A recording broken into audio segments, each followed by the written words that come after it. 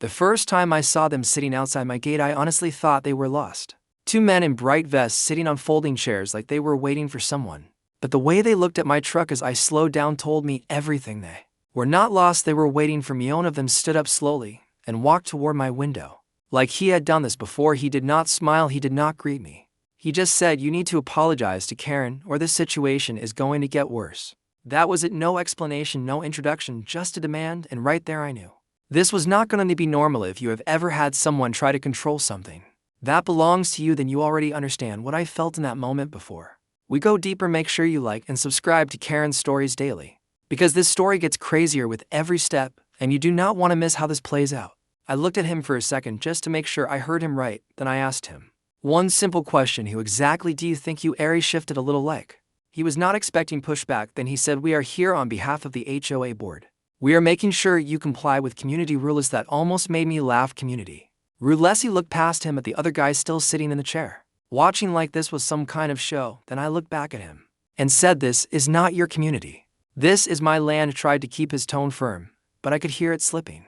He said, "The HOA president has made it clear that your behavior is unacceptable. You need to apologize and fix the issue with your gatetheer." It was again the gatit had started with something so small. A gate I built years ago for security and privacy. Strong, simple, and built to last, but to them it was a problem, not because it was illegal, not because it blocked anything, but because it did not match their idea of how things should look, and somehow they convinced themselves that their opinion gave them power. He told him clearly, "You are trespassing, and if you do not leave, I will call the sheriff." Looked back at his friend, then back at me, then he said, "We are not leaving until this is resolved." That was when I realized this was not just about a gate anymore, this was about control. So I stepped out of my truck, slowly closed the door, and walked toward my gate, stood there facing both of them, and said, "This is your last warning. Leave it." He did not move, so I took out my phone and made the call. While I was on the phone, I could see them getting uncomfortable. They were not expecting this to escalate so quickly. Within minutes, a patrol car pulled up near my driveway. The deputy stepped out calm and observant, walked over, and asked what was going on. He explained everything clearly: private property, unwanted presence, refusal to leave it. Then he turned to the man, asked them to explain. He repeated the same lines about HOA authority and compliance, but this time it sounded weaker. The deputy listened for a moment, then said something simply: "This property is not part of your HOA. You have no authority here. You need to leave it." It was no argument, no debate, just facts. The confidence they had when I arrived was gone. They packed their chairs, picked up their cooler, and walked back to their car without another word as they drove off.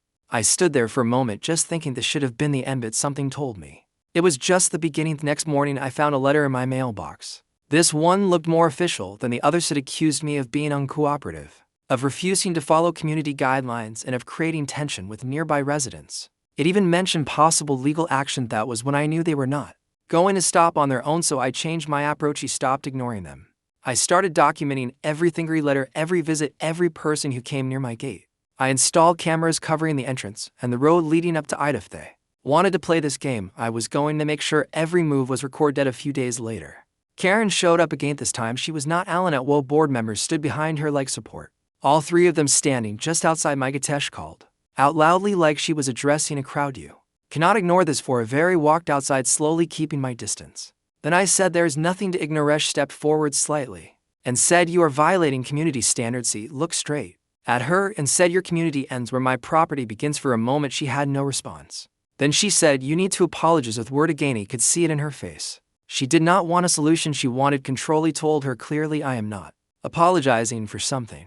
I have the legal right to do." Her expression changed. The calm mask dropped for a second. Then she said, "You are making a mistake." He did not argue.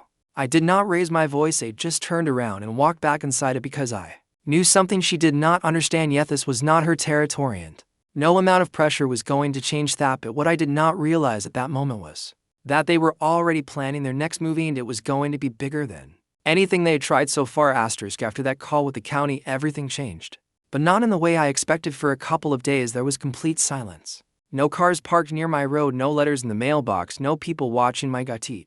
Almost felt like they had finally understood, but I have dealt with enough situations in my life to know that silence like that usually means something is building behind the scenes. And I was right. About a week later, early in the morning, I heard a car slow down near my entrance. I looked out and saw the same white SUV again, but this time it did not just sit there. Whoa, people stepped up. They walked closer to my gate, not crossing it, but standing right at the edge, looking around, taking pictures. Writing something down, he did not rush out. I let the cameras record everything he watched from inside, knowing that every second of this was going to matter. If they tried anything again after a few minutes, they got back in the SUV and left. No knocking, no talking, no explanation, just more silent pressure. That same afternoon, another letter arrived. This one was different, and it was longer, more formal, and full of words trying to sound official. They claimed that my property was affecting the visual harmony of the surrounding community. They mentioned complaints from residents. They suggested that my gate created a negative impression, but the most important part was at the end they said if I did not cooperate, they would pursue further action. That was the moment I stopped seeing this as just an annoyance. It turned into a pattern, a clear attempt to push me step by step until I gave in. So I decided to do something different. Instead of reacting to every move they made, I started preparing for the next, and I organized everything: every letter, every recording, every photo, every timestamp. He created a full record of everything that had happened from the first complaint to the latest letter, because I knew eventually they would cross the line again, and when they did, I wanted to be ready. Days passed again. Then one afternoon, Karen showed up one more time, but this time her energy was different and she was not loud. She was not confident. She stood outside the gate and called out calmly, "Need to talk." He walked out slowly, keeping the same distance as always. He said, "There's nothing to talk about." Paused for a second, then said, "This has gone too far." That was interesting, Becca. She was the one who started all of it. He said, "You are the one who kept pushing." She looked around like she was trying to find the right words. And she said, "The board wants to resolve this." He asked, "Resolve what exactly?" She did not answer directly. Instead, she said, "We can come to an agreement." That was the first time she said something like that, an agreement after weeks of demands and pressure. And suddenly, she wanted to negotiate it. That told me everything. They had realized they had no control. He said clearly, "There is no agreement needed. You stay off my property." And this end. She looked frustrated, but she did not argue. She just nodded slightly and said, "We will be in touch." Then she turned and walked away. That was the last time I saw her standing at my gate. After that, the silence returned.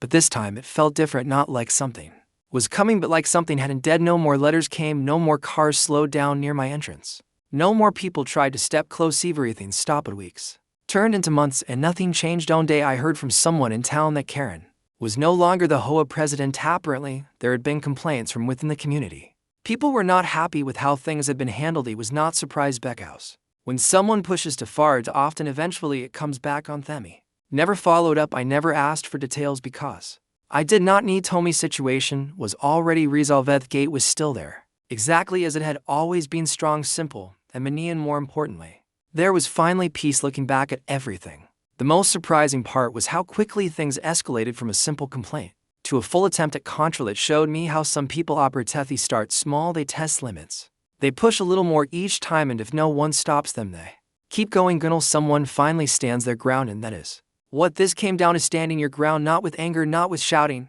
but with clarity and confidence. Knowing what is yours, knowing your rights, and not letting anyone take that away. In the end, there was no dramatic showdown, no big final argument, just a quiet ending. He stopped it, and I kept what was mine. If you have ever dealt with something like this, or someone trying to push beyond their limits, tell me in the comments.